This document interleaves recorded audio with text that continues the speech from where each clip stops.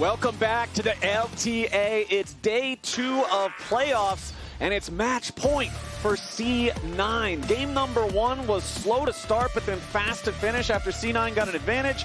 Game number 2 was just a beatdown. It absolutely was, and that is why we are seeing this man on your screen, coming out, making his series debut. Of course, did play with the team for the entire split up until the last week. But they decided to start with Yuuji today. It has not worked out.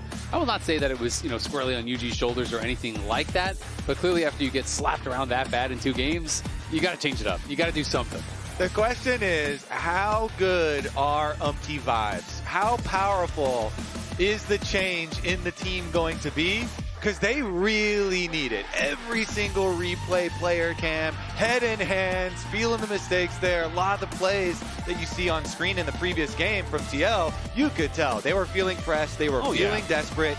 So it's got to be a complete reversal. And I would say, if I'm Spawn, I'm thinking about what is the most possible comfort I can get for my team in this draft. Yeah.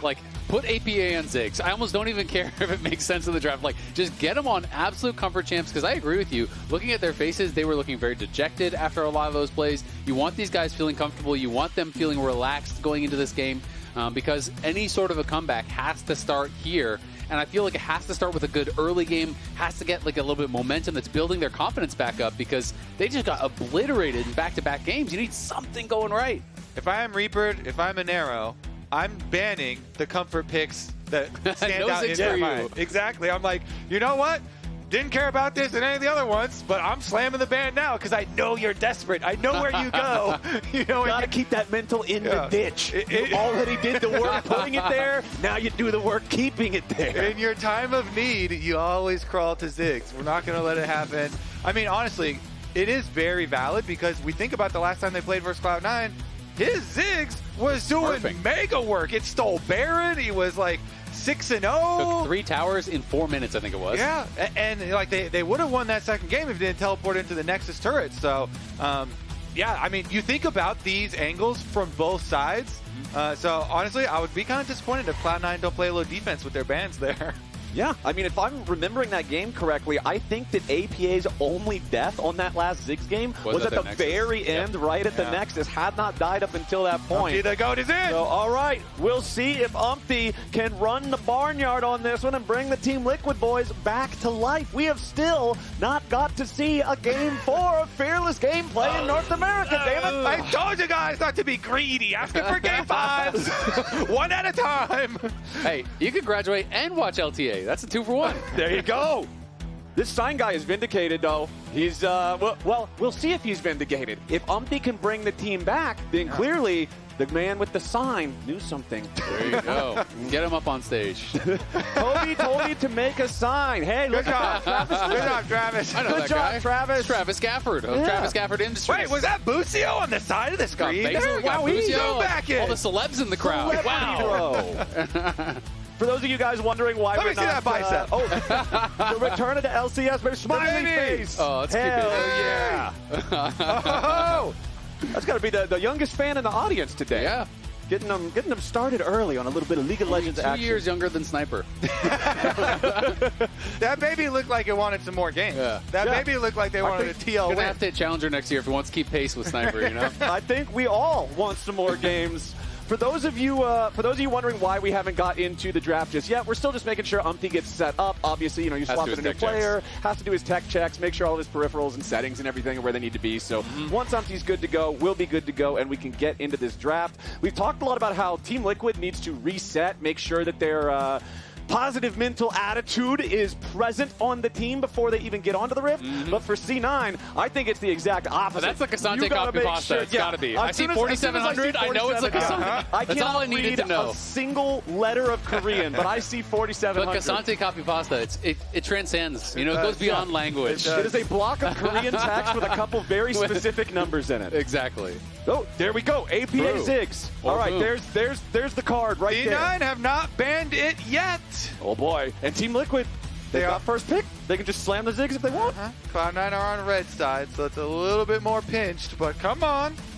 All right. Yone, I swear, if they Glenn, let it through Silas. and then TL wins, you're never going to hear the end of it.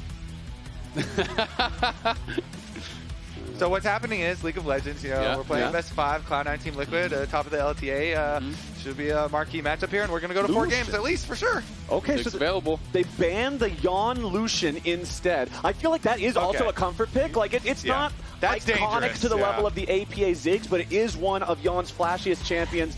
He's really, really good on it. I respect banning that one away. Neeko is another pick that APA has played plenty of times in the past. We've seen him be very creative on this champion, using the disguise capabilities of it very effectively. Maybe this is the pick. Maybe this is the comfort instead, and it looks like we are going to get that one locked in. Also got to remember, could be down to support. It has become very popular in support as well. Though it's not really something I super associate with CoreJJ. There's still time. I agree. There's still time for Bard. Maybe not a lot of time, but there is some. There's some time. Yeah. Got at least one more game he to is play. locked in. Focused up. Let's see what they want to go with first here on the C9 side. Still only on game 3, so Fearless has taken a few choices away, but there's still a lot of the meta options left on the table. And okay, Maokai. Okay, so we have an early Maokai lock for Blaber. So yeah, I mean the Jace priority does go up. A lot of these AD mids go up. There you go, instantly going for Trist. You know, with Gnar gone, he picks Maokai. It is kind of limiting some of the chance that would be known about playing for. So it's like, when APA talked about how they would utilize the 6-man roster, he was saying would come in, play the tank junglers, play that supportive style, and then when Yuuji came in, he would play the carries. Well, Gnar is gone, now Maokai is gone. There is still Sejuani available if you want to force a tank. We don't know for sure that that's what he's actually going to do, but that is what we have been told he is going to do. Okay, blind Yorick lock for Impact. This is definitely spooky. You know, we talked about this yesterday. We did see the Mordekaiser as an answer. That's true. But Aurelia, to me, is always something I think of when I think of horrible matchups. I don't know that Thanatos is going to feel confident to play it, but really anything that is quite mobile and has dashes that can play around in the top lane can be very difficult for the Yorick.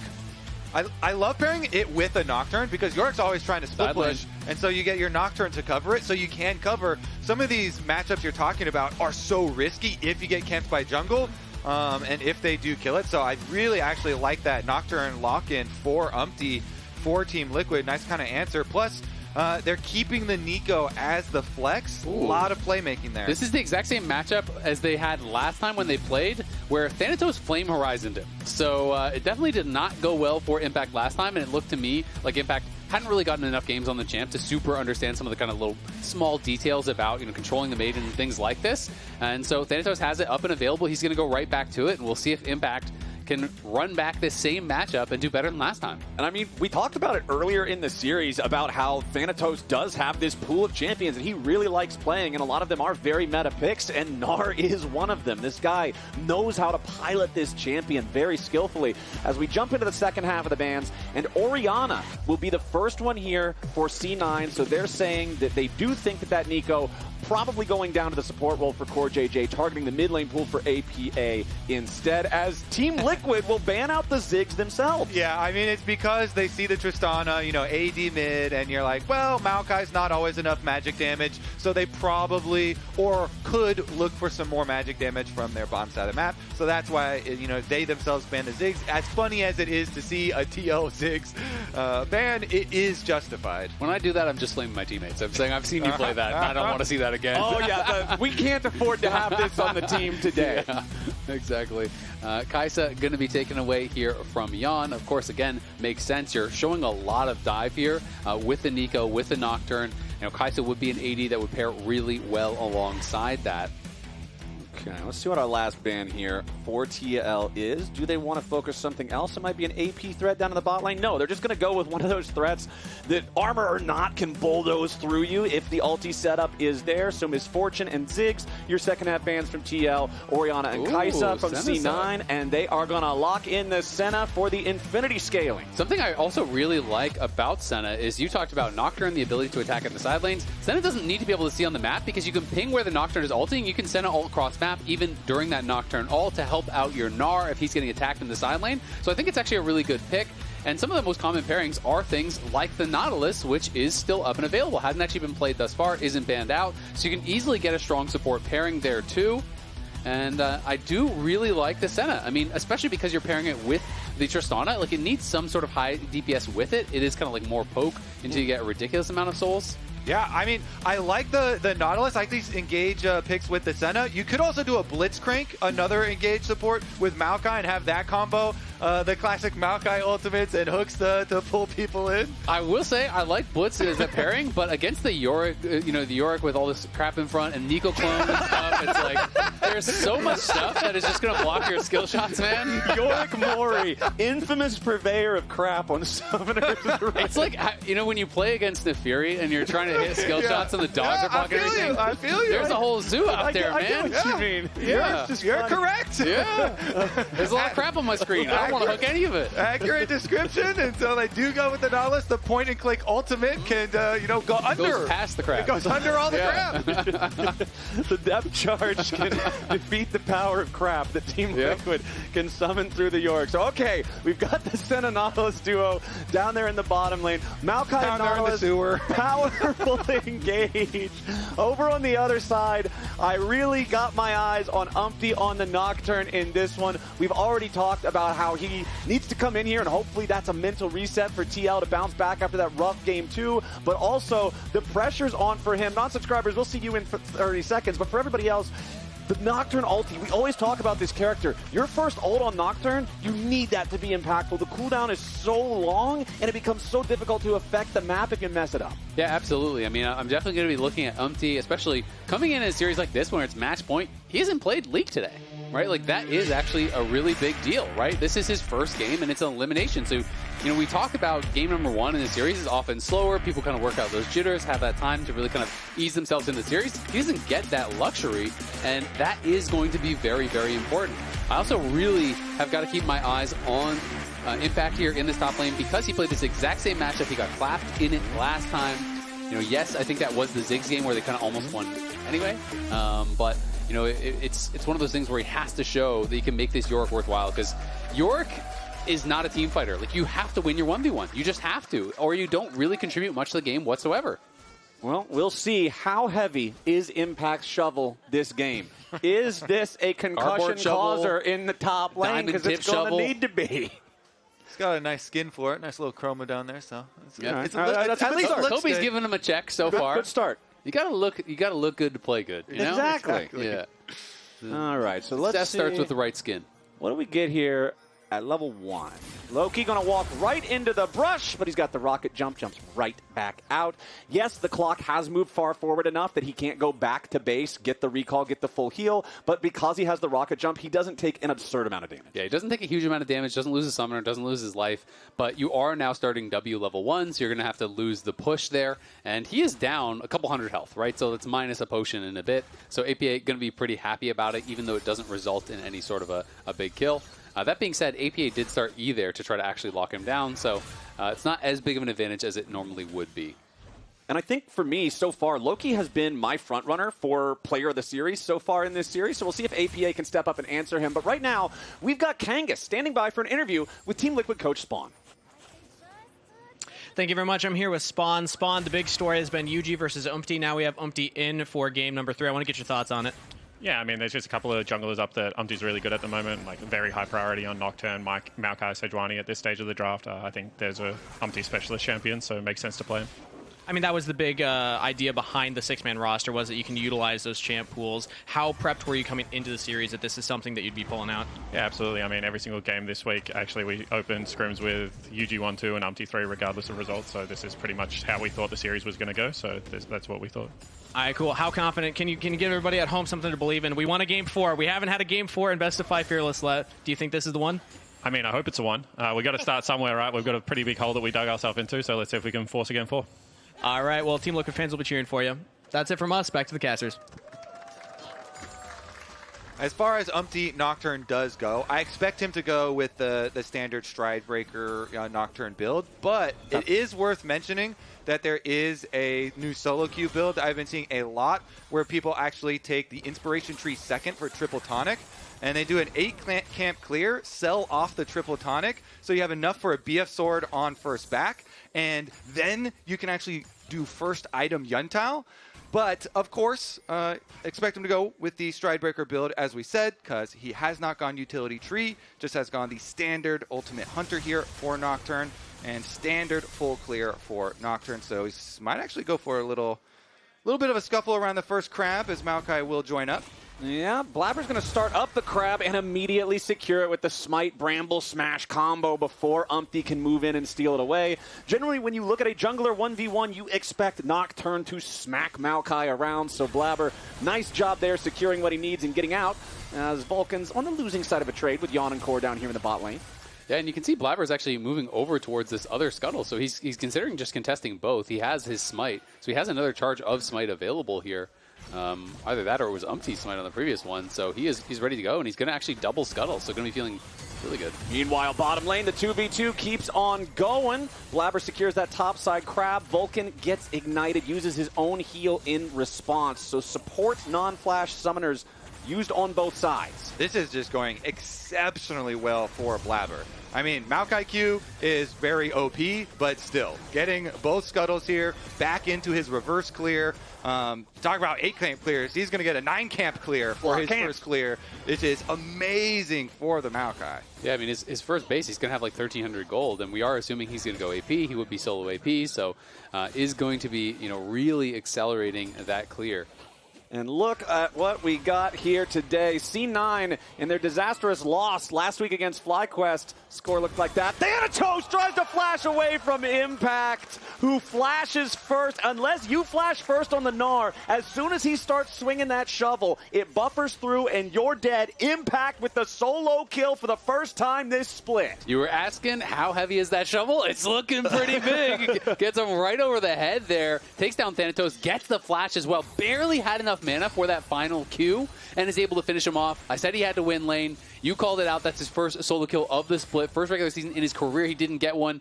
First series in playoffs, grabs it, gets the early tabbies here, and he's going to be feeling good. It is so hard now for Gnar to work through that defense. The tabbies early with the shield, with the extra regeneration from biscuits and potions still in inventory for Impact. This is worlds better than the first time that they played this matchup, and now he can look to try and abuse it. Impact just chases him down there, use the cage, force out the hop. And now that you force the hop here, if you can get another trade, you can summon the Maiden and really get some damage down. But of course, Thanatos is going to respect that. He's just going to play back.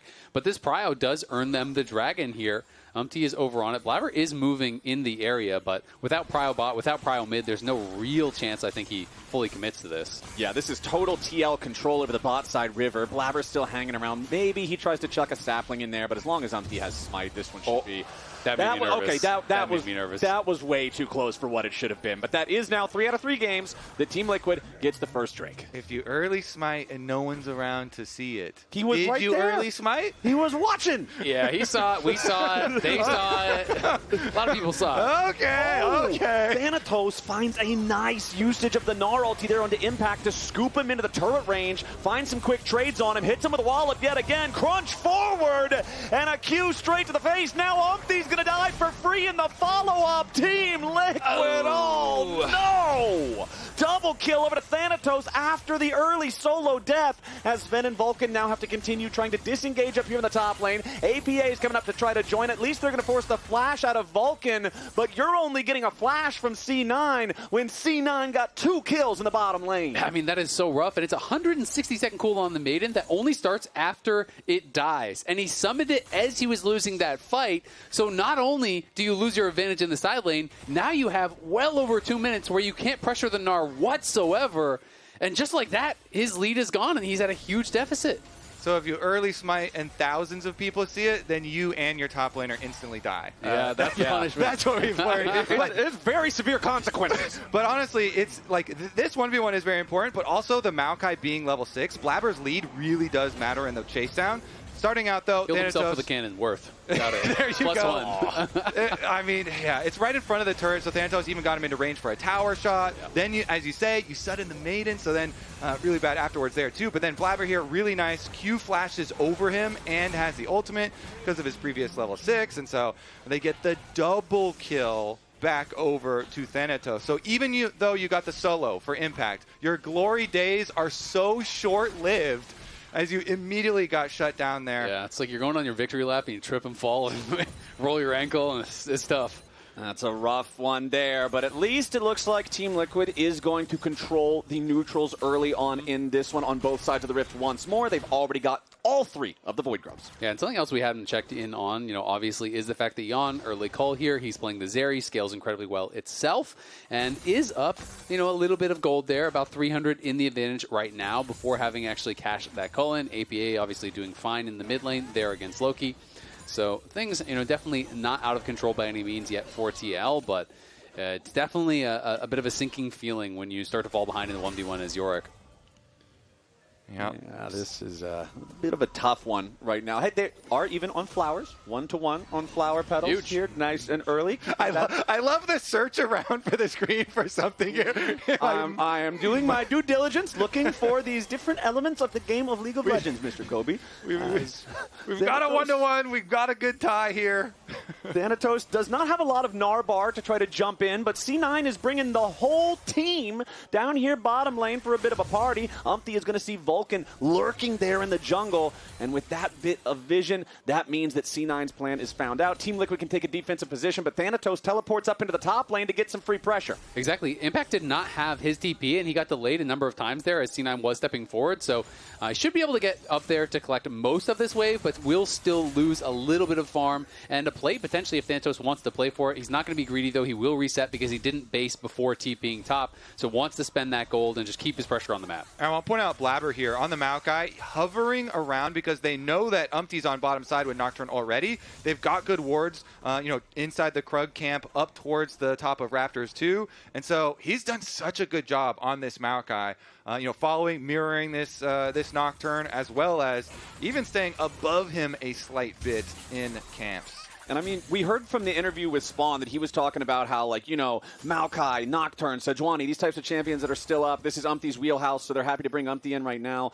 But Blaber has an insane lifetime win rate on Maokai. This is one of the iconic Blaber champions, and this is just another game kind of showcasing why. The early crab control, being able to outplay Umpty in the river as they're both approaching that 1v1 between their top laners in that bottom lane fight. He's just where he needs to be on the champ. Yep, he is looking good so far and is closing in on that Leandries. Umpty, I think a lot of pressure on him to be able to make this first ultimate really pay dividends. He's got to get something done with that. He's sitting at level 8 now, hasn't found an opportunity to actually use it, thanks to, largely in part, those deep wards that you've been talking about. And we want to see him find some way. If Thanatos uses his jump aggressively in the side lane, maybe you can look for a play there. Oh, Loki jumps back and flashes away from APA, who thought he might have had him there on the flank with a Pop Blossom. So at least they get the flash out of the C9 mid laner. They're going to get the teleport from both mid laners, though, as APA TP'd in to try to make that move. Well, you did actually force the flash. It's going to be hard to fight the dragon now because APA with his ulti is very weak by comparison. Okay, let's see if Team Liquid can force this, or if C9 will successfully challenge, as immediately a ton of damage onto Blaber, just disrespectfully walking up, and Team Liquid explode him. I swear, this brush, when you're approaching dragon fights, that thing is key. That is #1 objective when approaching. All these guys getting killed, flashing out of that brush, getting these engages. This time around, it's actually TL making the snap engagement, as Blaber approaches the dragon, and they're the ones that leave no room. It's kind of the opposite of what we saw in the first game. Exactly, and this 6-man roster is just one of a number we've seen in the years here. These notable 6-man rosters, the Sword and Shield with Impact and Ray. We've had, Blaber and Svenskeren rotating through, Jensen and Golden Glue rotating through with the Swole Bros, one of their famous comebacks, coming in when they were down 3-1, being able to make it happen. And a lot of these teams have actually worked out pretty well. We are very early days, obviously, in this Umpty and Yuuji roster here, but it's going to be able to be really interesting to see how this does work out. Does this become something that is long-term? Do they move towards one player more as a full-time thing if they're playing better? CoreJJ thought he was moving around to make a play here on Thanatos, but Blaber is ready to join and make it an honest 2v2. Vulcan joins up, again, putting the numbers in the favor of C9. Blaber going forward with a twisted advance, and the feat of warfare is claimed by C9 as 2 kills are instantly picked up. Loki versus APA is going Loki's way for now, as APA just does not have the tools to try to fight back just yet. Yeon showed up, but the Zeri doesn't have enough damage yet to really impact anything. CoreJJ, in their series versus Shopify, he basically solo won the game, invading like that and going super deep. But this series, he has had back-to-back picks where he is extremely deep in enemy territory, no backup at all, and also not really accomplishing a lot. So it's a very high risk with very low reward and keeps getting punished for it. Let's see about this red buff. Blaber at least secures that one as well, though. Yep, he does grab it. And it is going to be the experimental hex plate here for UMT. So not Strikebreaker first, but this obviously does give you more ulti CDR, is a lot of power, gives you additional move speed, and does allow you to duel very effectively during that ultimate. And the reason a lot of people don't like this one is because it does allow you to get more ults off, but it is less threatening when you do go for them. So if he can get off a bunch of ults and you're actually using your R like on cooldown, then it is very, very good. If not, then yeah, not so good. Yeah, I mean, Strikebreaker is just so nice at getting you the fear tether, right? You get in there, you slow them down, you have the additional move speed following your Q path. But we'll see if they can make it happen. Cole's getting cashed out across the map. Yeon obviously very strong, but showed up to that fight, as you said, Flowers, and it's like there's 3 beefy C9 members. You can't really E into the middle of all of them. You're just going to die. So now we've kind of gone back into this slower stage of the game here where Impact is trying to get Prio in that side lane. Doesn't have his ulti right now, though, so it's just, again, becoming a real problem. I mean, he's down 1.3K. It's kind of turning into a bit of a repeat of that last matchup. I mean, they both got a pair of red shoes, except Thanatos has a Trinity Force and Impact has the parts of a Trinity Force. Pretty distinct difference in power there for the C9 top laner. He'll kill off the ghouls as he kites them out, fights them out, and we've got the Rift Herald spawning here in about 5 seconds. You can see APA hanging around that topside river, but Loki, Blaber, Zven, and Vulcan also all nearby on the other side as Zven's going to get this mid lane wave shoved up. First item online for both AD carries is the static ship for the additional wave clear, and Blaber's going to start up the Herald. Well, they do have UMT rotating over, so this very well could be the answer. JJ eats the damage from the initial sapling there from Blaber. There's your vision plant. Vulcan goes fishing, but he does not find anybody with the dredge line. C9 still looking to make sure they can secure this Herald. There's your paranoia. Umpty jumps in, but the Herald is going to be slain by Loki. Now C9's got to be careful. Big 3-man pop blossom.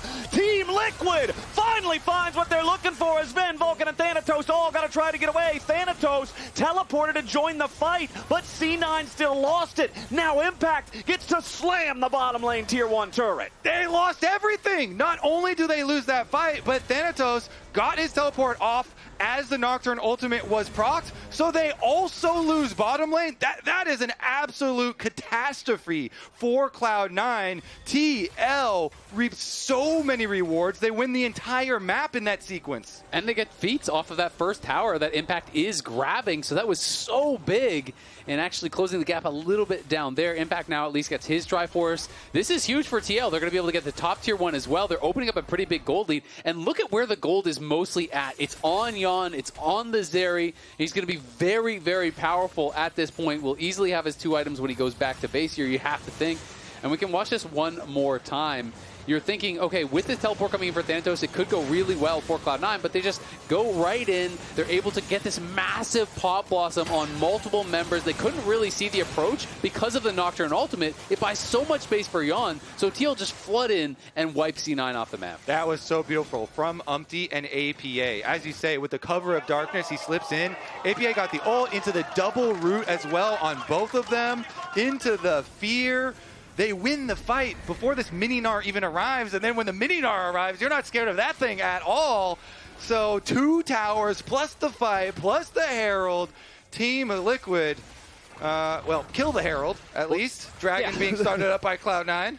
The Herald was the only thing C9 got out of that fight, and they will use it as a distraction here in mid lane while they try to fight for this 3rd Drake of the game. Team Liquid going in for the engage as CoreJJ starts it off, but there's no follow-up. The Leona is already killed. Umpty's ready to jump in now, but Thanatos and the rest of C9 are looking to peel. The shutdown for Loki as Umpty falls, but Yeon is flying into the back line. C9 is falling left, right, and center, and Yeon's the one knocking them down. Team Liquid lost 2 for 2 so far, but Impact's looking to win them the fight now with an extra kill on Blaber. A little bit more damage will seal the deal, and TL came to play in Game 3. The early moments of that fight looked tough for TL as CoreJJ was kind of in there by himself, then UMT flies in, but the space they create for Yeon when APA goes forward, it buys him the time to get the damage out to win this fight. Yep, I mean, Cloud9 have 2 AD carries, but Yeon has 2 items, and both the C9... Quality over quantity. Exactly. Cloud9, each AD carry only has 1 item, and the Zeri pops off. So here's another look at it.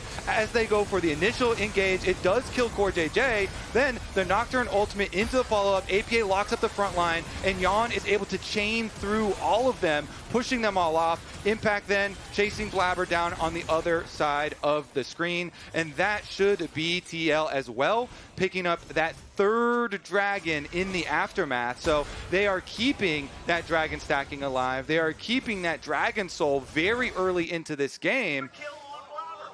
Yeah, I mean, it is looking really good now for TL. Yeon in such a strong point of the game, how aggressively he's moving, and we're going to watch Thanatos potentially go down as he has to flash out. I mean, Yeon, flash forward, killed off the Nautilus. Honestly, could have killed Zven and Loki as well if he didn't get Buster Shot away. They had to use that defensively as he cleansed the center route. C9, though, going to try to trade on the other side of the map. We'll be able to get this tier 1 top at the very least. But Impact now, from being down 1.4k, has clawed his way back off of some of these fights. Did get quite a bit of gold from the tower on bot after that one fight, and then picked up a kill on the back end of this one. And I want to give praises to APA as well, especially after how much of a disaster game number 2 was with the desperate Ahri dive under the turret and just the obvious frustration he was experiencing there. Getting him on this comfort pick, getting him on this Neeko here in this 3rd game. The Pop Blossoms have been so impactful in the Rift Herald fight, creating space for this 3rd Drake fight like we were already talking about. I feel like his presence is seriously enabling Yeon to pop off the way that he has, and this strategy is working for Team Liquid. Certainly is, and the Nocturne ultimate going to come back up very quickly after that one too, so they can again return to the map, put so much pressure because these outer towers have all been taken care of for the side of Team Liquid. There is just so little safe space now for Cloud9 to keep farm funneling into their double AD carries here in the Tristana and the Senna. They have to be very careful as they're rotating around the map. You could fall prey to a Neeko disguised as a minion plus a Nocturne ult coming through. And Zeri's actually a very good AD carry at following up on those plays with her mobility. And because Zven, for a lot of this game, has just been kind of tasked with picking up waves, he hasn't really been skirmishing much. He doesn't actually have a tremendous amount of souls. I mean, he's at 47 stacks right now, just over 20 minutes into the game, so it's going to take him quite a long time. If you're thinking, well, maybe Senna can carry late game, kind of like we saw with Masu, that was when he was at like 140, 150 stacks. That is so far into the future if he can't start picking them up more consistently. I do really like the Black Cleaver here from Senna, though. Being able to shred for both the Tristana and the Gnar, I do think is quite effective. And we'll see. TL could pull Otacon. It's spotted, though. So TL does have a little bit over a 2,000 gold lead, but the important thing is the 2-item power spikes are still there for a lot of their C9 counterparts, right? You can see the 2nd item completed for Thanatos with the Sterix. Infinity Edge was just purchased by Loki. Otacon started up by TL, but C9 is nearby. Blaber thinking about the approach here, got Vulcan and Loki right next to him. They're giving. But C9 is just deciding to surrender the Otacon. They do not want to take this fight where Team Liquid is already set up in the river, so that's TL claiming the big objective. I think really hard to approach through that tri-brush, when APA has flash, when Nocturne has all, you have all these cooldowns available, so they say, you know what, we're just not even going to risk it. We're just going to take the tower on bot side for Thanatos and look for a better opportunity later on. That being said, though, this makes TL a little bit stronger here. Get that XP, get the additional adaptive force going into this dragon where they have a chance at Seoul in just 2 minutes. So I said it earlier as a joke with the flowers being tied at 1-1, but it is worth pointing out that even after taking the Otacon, the flowers are still pretty much even, 20 versus 19. C9 had been collecting more of them thus far, so when TL just had the big collector thing from killing the Otacon itself, it brought that back to a more neutral state. Yeah, exactly. It's not like the old one where 30 flowers spawn that you can then, kind of just gather yourself. It just gives you whatever is on the map and buffs up the ones that you already have. So it does, of course, have some power there, gives you some experience, gives you some AD and AP, but they are looking for Vulcan. Now Vulcan walking away, though. CoreJJ already spent the Solar Flare, but now he's going to be locked up by the Senna. Defensive Nocturne ulti looking to save CoreJJ as he barely escapes, but no, Loki is ready to hunt him down, and that's a big mistake from the Team Liquid support. But now a nice catch there onto Thanatos means that C9's front line takes some damage on the way back out, but Blaber has made a move towards Impact. The depth charge chases him down, and Vulcan flashes over the wall. Team Liquid with some critical blunders. Cloud9 as well with just some bloodthirst first here. They see an opportunity, they full send because they know they do not want to let Team Liquid buy the time to set up for the Dragon. It's coming in just over a minute, so they want to get as many kills as they possibly could there. The issue is you still have another 50 seconds, and so TL will revive. They still get to spend their money, and they still get to return and try and invest in some vision for themselves. We'll see if those flashes end up being critical, because those were, Blaber's flash and Vulcan's flash, invested to try and go get those kills. But Impact also tried to get away with his, so we'll see if Cloud9 can repeat here. They've got the pre-existing control wards. Vulcan's back in place. And Impact won't have his ulti for this fight now, right? Because that is gone. So that is actually a really big knock-on effect of that. Core committed so much to trying to kill Vulcan there, and Vulcan just shut it down with one hook, interrupting the Zenith Blade. And now they're posturing here around mid lane. Both teams going to try to play through mid. does have his ult, and APA has everything ready, so they're going to have to try to look for an engage, and they've spotted Thanatos. Thanatos with about 80% of the Gnar bar, ready to transform when the fight breaks out. C9 with control over the bot side river for now, but this has been such a difficult position to fight in for them so far with the power of the Nocturne, of the Neeko, of the Zeri combination with those ultis. C9 controlling the banana brush, just like Kobe said that you need to if you're going to be making a fight around the Drake. Team Liquid looking for their opportunity to potentially go in, maybe fight for the Drake, but it's already secured by Blaber and C9, and it looks like they aren't really wanting to fight here just yet. Thanatos does transform into Mega Gnar, so that means C9 has to back away because they do not want to fight with that ticking down. Exactly. There wasn't really a good angle for a fight, so I think that is correct. Impact still didn't have his ult, so Yeon just takes the push mid. They're going to move topside, try to steal away a couple of these jungle camps potentially, and that is going to be their slight reward. But at the same time, someone has to get back and answer Loki. You cannot be giving these side lane tier 2s. ISO gold is so much, especially for a strong scaling character like the Tristana, already on 2 items. They're just going to say, you know what, you're going for that, we're going for Baron, but I think C9 is going to be pretty wise to this. Okay, Team Liquid starting up the objective, but they don't do it particularly quickly. Thanatos has no Gnar bar. The Maiden of the Mist is back alive. Loki teleporting up to join the fight now, and the Baron is already down to below 4,000 HP. Team Liquid looking to secure it, but Blaber jumps in to steal the Baron at the 11th. APA! Somebody on a killing spree, and APA goes into the back line looking to find the kill on Zven. Umpty chasing after the carry, and Yeon has got 2. They may have lost the Baron, but Team Liquid's winning the fight. Thanatos will be the 3rd to fall as Team Liquid chases him down. Still looking for him as he's trying to use the Baron to power recall, but he is eventually gonna go down. Meanwhile, the Tristana runs through the tier 2 towers to try and get out. Loki with another blast cone. Him and Vulcan will be the only ones to escape with the Baron buff. The heroics from APA, though, this game have been incredible. As Blaber, even with the Nocturne ult there, even without a lot of assistance on this, he just kind of walks in and is able to knock down the Baron. Let's see how low it gets when the smites do come out. It's at 2,000 HP.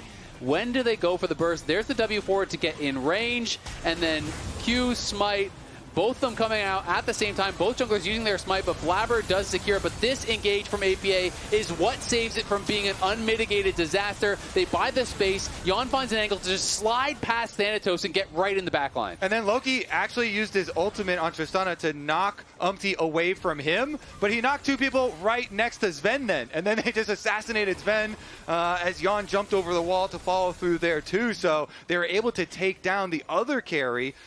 Even though he was able to slink away through the rest of the map. Still, though, the Baron steal itself is massive from Blaber. He's able to combo his Q and his smite. And Cloud9, with 2 members wearing the buff, they can actually still siege. Okay, Blaber fires off the ulti to create some space so that C9 can force down the tier 1 turret, but they do not want to over-push. Impact and APA both waiting on the flank to punish if they did.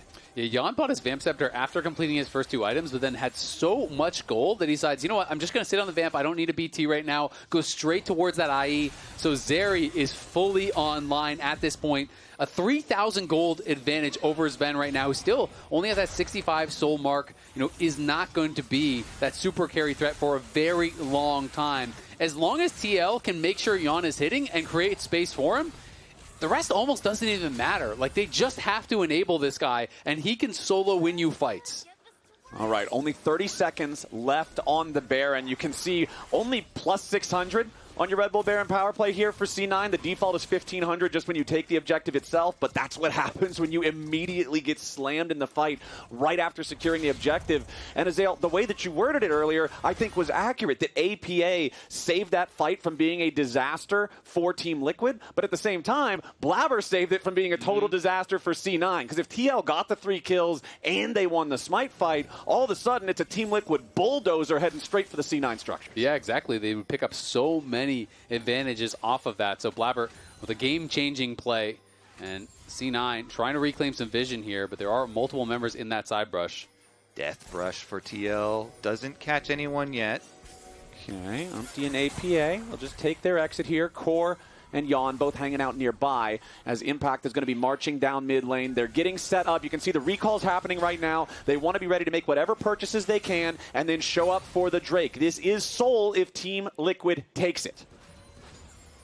And they definitely are going to be looking for it. Loki just going to jump aggressively here, looking for a little bit of chip onto Impact, but does have quite a bit of armor at this point. You can see most of the players on TL do have their upgraded shoes.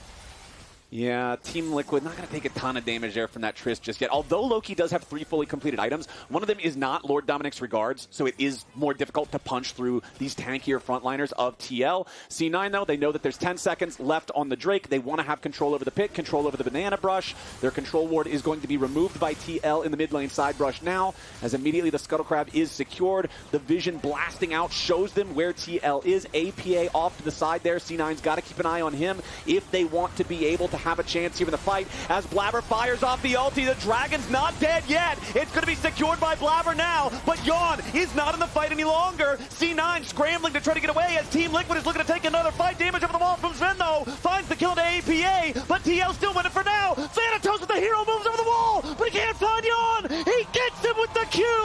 The Gnar for the win for C9 to take the fight. They come out on top. A triple kill for Thanatos. It's a 4 for 2 so far for C9, and they want to make it an ace. Impact trying to fight these guys off in a 1 versus 3, but it's more like a 2v3. The Maiden's about to kill Zven. Impact trying his hardest, trying to fight these guys off, but no, the ace and the Dragon for C9. That buster shot that knocked Yeon over the wall, I think, there was so critical from Loki. We have to watch this one more time because in goes Umpty, and Blaber again with the smite secure was absolutely massive. Thanatos was coming on this angle here. Umpty dies off pretty much immediately, but watch as Yeon goes in.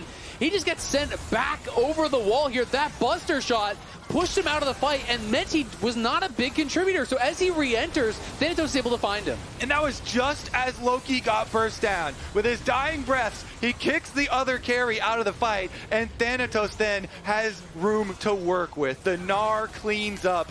The final fight here of Impact and his Maiden versus Zven and Vulcan, the 2 duos going after each other, eventually gets turned with a 3rd member as well, and Thanatos joining. But Cloud9, massive stuff for this squad. They came back and they're still doing it. No one's there, though.